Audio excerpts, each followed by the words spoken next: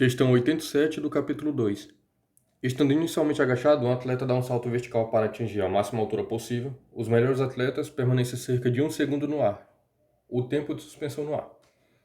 Considere o atleta como uma partícula e denomine y máximo, sua altura máxima acima do solo, para explicar por que ele parece estar suspenso no ar. Para explicar isso, calcule a razão entre o tempo em que ele fica acima da metade da altura máxima e o tempo que ele leva para subir do chão até essa altura. Você pode ignorar a resistência do ar. Então aqui tem uma impressão de que parece que o atleta fica suspenso no ar esse tempo todo. Então a gente vai calcular isso para mostrar, para explicar essa aparência, né? Aqui eu já fiz um gráfico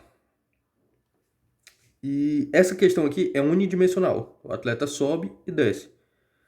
Esse gráfico aqui está em 2D porque é uma dimensão de espaço e o tempo aqui. Então essa daqui não é a trajetória. Isso daqui só marca a posição a cada tempo. Então, o atleta parte do y igual a 0, sobe até a altura máxima e depois retorna. A curva que descreve isso é uma parábola. Então, aqui eu marquei alguns pontos que esses pontos vão me ajudar na solução da questão.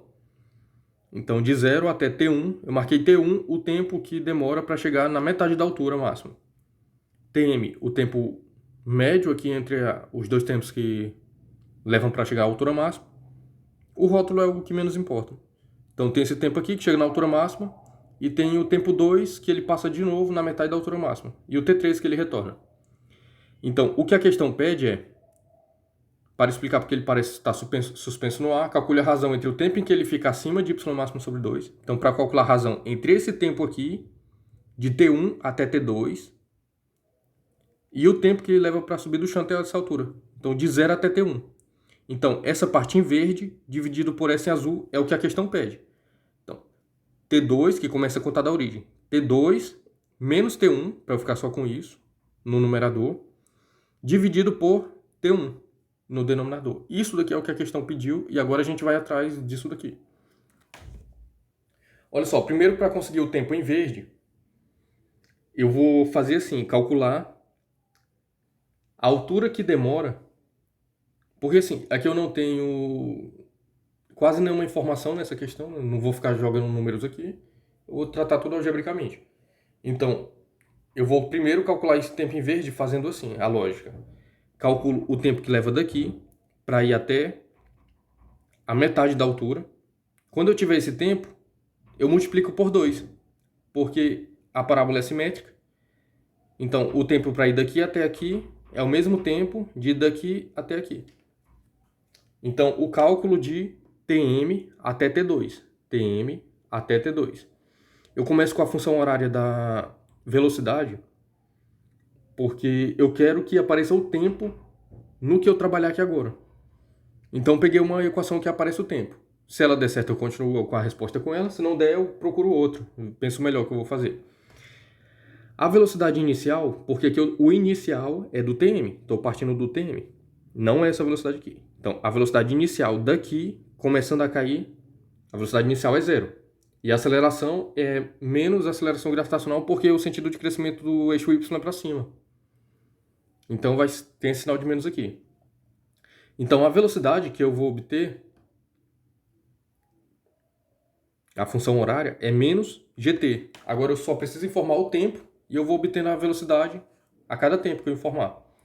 Essa daqui é a equação 1. Ela ainda não resolve o que eu quero, porque eu quero uma equação que apareça a distância aqui, a metade do y máximo e o tempo.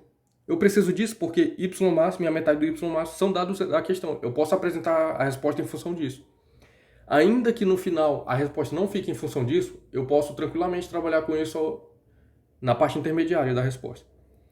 Então agora eu vou para uma equação que aparece, né? Um ΔY, que eu escolhi a equação de Torricelli, em que v ao quadrado é igual a v0 ao quadrado mais 2a ΔY. A velocidade inicial nesse caso, né, lembrando que eu estou do Tm para o T2, do Tm, que é a altura máxima, para T2, a velocidade inicial é 0. A velocidade final, eu acabei de calcular aqui, mas eu ainda nem vou substituir, vou fazer isso separado. A aceleração é menos g, pelo mesmo motivo daqui. E isso daqui é importante. O deslocamento que eu vou colocar aqui na equação de Torricelli é menos y máximo sobre 2. É menos, porque é a altura final menos a inicial. A final é aqui, porque eu estou indo de Tm até 2. A inicial é maior, então vai ser uma coisa menor menos uma coisa maior. Isso vai ficar negativo. Então, por isso que eu coloquei esse menos aqui. Se eu tivesse escolhido o referencial para baixo, daria certo também, porque ia ficar o g positivo e o ΔY, nesse caso, seria positivo. Então, uma vez colocado o referencial, ele tem que ser respeitado e ele vai dar respostas coerentes, independentemente da escolha inicial do referencial. Então, eu encontro que a velocidade é igual a raiz quadrada de g, y máximo, porque aqui já tem um 2, né? E é y máximo sobre 2. Agora eu tenho a equação 1 e a equação 2. Eu posso igualar, usando transitividade, já que elas duas são iguais a v. E aqui eu vou obter o tempo, a aceleração gravitacional nessa equação, e um dado da questão, que é y máximo. Dessa forma eu consigo dizer que o tempo que leva de Tm até T2, de Tm até T2, é raiz quadrada de y máximo sobre g. Acontece que todo o tempo em verde é 2 vezes isso. Então 2 raiz quadrada de y máximo sobre g. Tá aqui.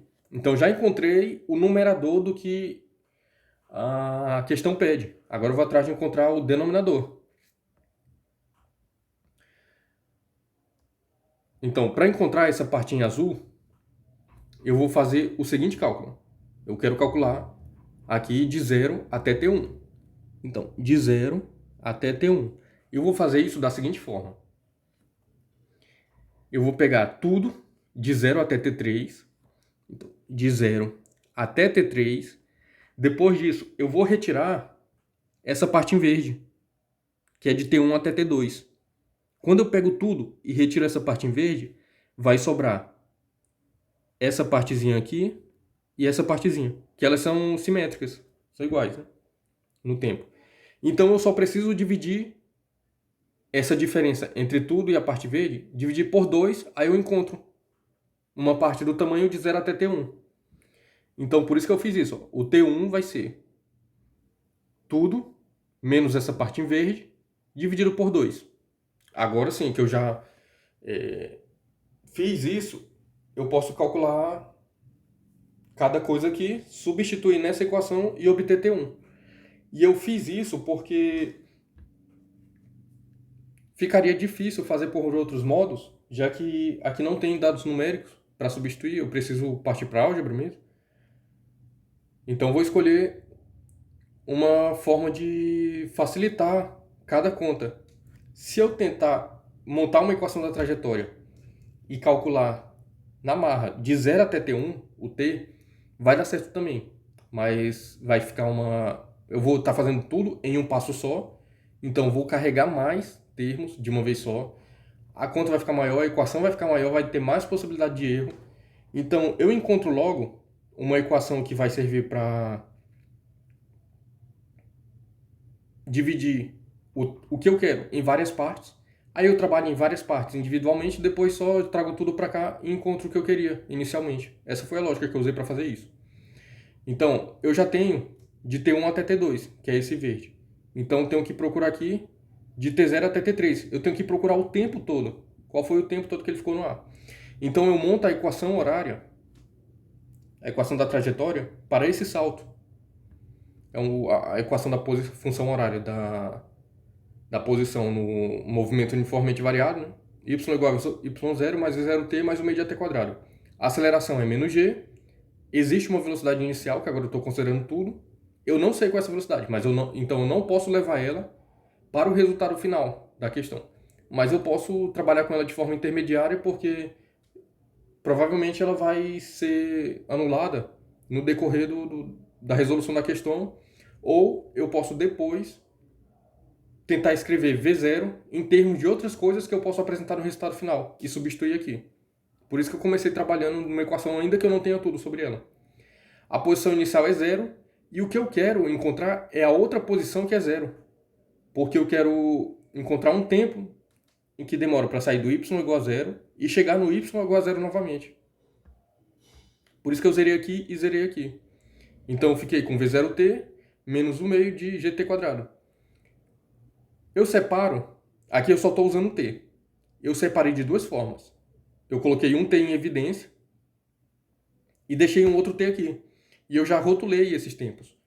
Um t é o t0, porque se eu substituir o t por zero aqui, ele vai zerar toda essa equação e vai me retornar o y0.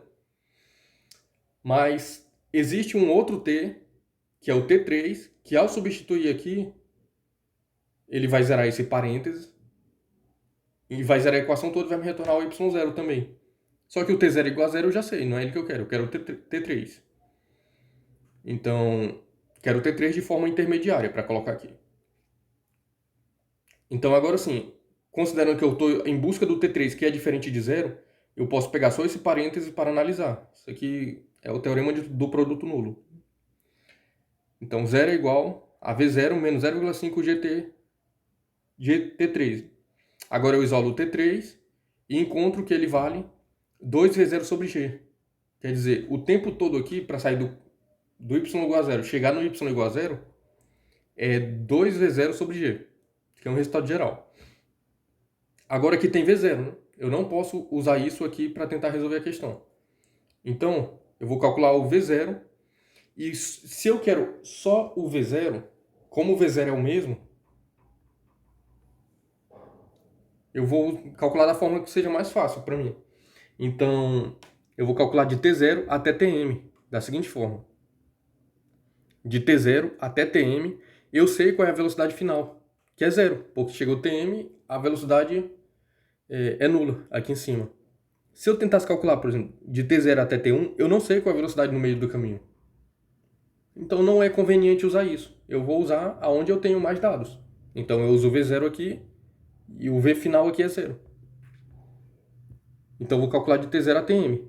O V final é zero, então aqui tem um V0 ao quadrado, a aceleração é menos g e o delta y é o y máximo, porque eu estou indo de T0 até Tm. Essa variação de espaço aqui é o y máximo, positivo. Então aqui eu encontro o V0 como 2g y máximo. Agora sim, eu posso substituir esse V0 aqui no T3, porque eu vou ter o T3 em termos apenas de dados que eu posso entregar no resultado final. Então eu vou substituir 2 em 1.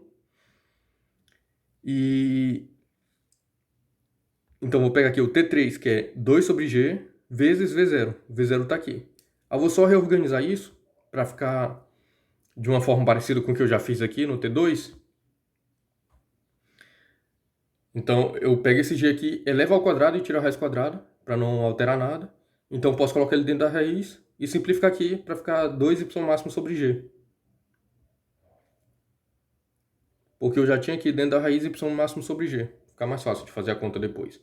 Agora sim, que eu tenho o T3, que é o que vai de T0 até T3. Eu tenho essa parte aqui, menos. Eu tenho essa parte aqui, que é em verde. E agora eu posso fazer essa subtração e dividir por 2 para obter T1. Então, T1 de T0 até T3, que é isso daqui, menos essa parte aqui, que é aquela lá em verde, de T1 até T2, de T1 até T2. Tá aqui, né? Então, tem 2 aqui em todas as parcelas, simplifico. Aqui eu tiro 2 da raiz. Então, fica a raiz de 2 vezes isso menos isso. Então, posso colocar isso aqui em evidência para ficar a raiz de 2 menos 1. Pronto. Já achei o T1. Então, se eu tenho o T1 e tenho a parte aqui, né, a parte em azul, escrevi aqui. Essa parte. E tem a parte verde, e o que a questão pede é a parte verde sobre a parte azul. Agora eu posso colocar aqui e resolver essa fração. Então, a parte em verde está aqui, a parte azul está aqui embaixo, fica 2 sobre raiz de 2 menos 1. Isso daqui dá 4,82. Então, para explicar, né, que parece, quando um atleta pula, passa um segundo no ar, parece que ele está o tempo todo voando, é que a parte que ele fica acima da metade da altura máxima é quase 5 vezes maior do que o tempo que demora para ele chegar na metade da altura. Ele chega muito rapidamente na metade da altura e passa um tempão acima da metade da altura, por isso que dá a impressão de que está voando. Então a questão é essa. Isso já responde completamente.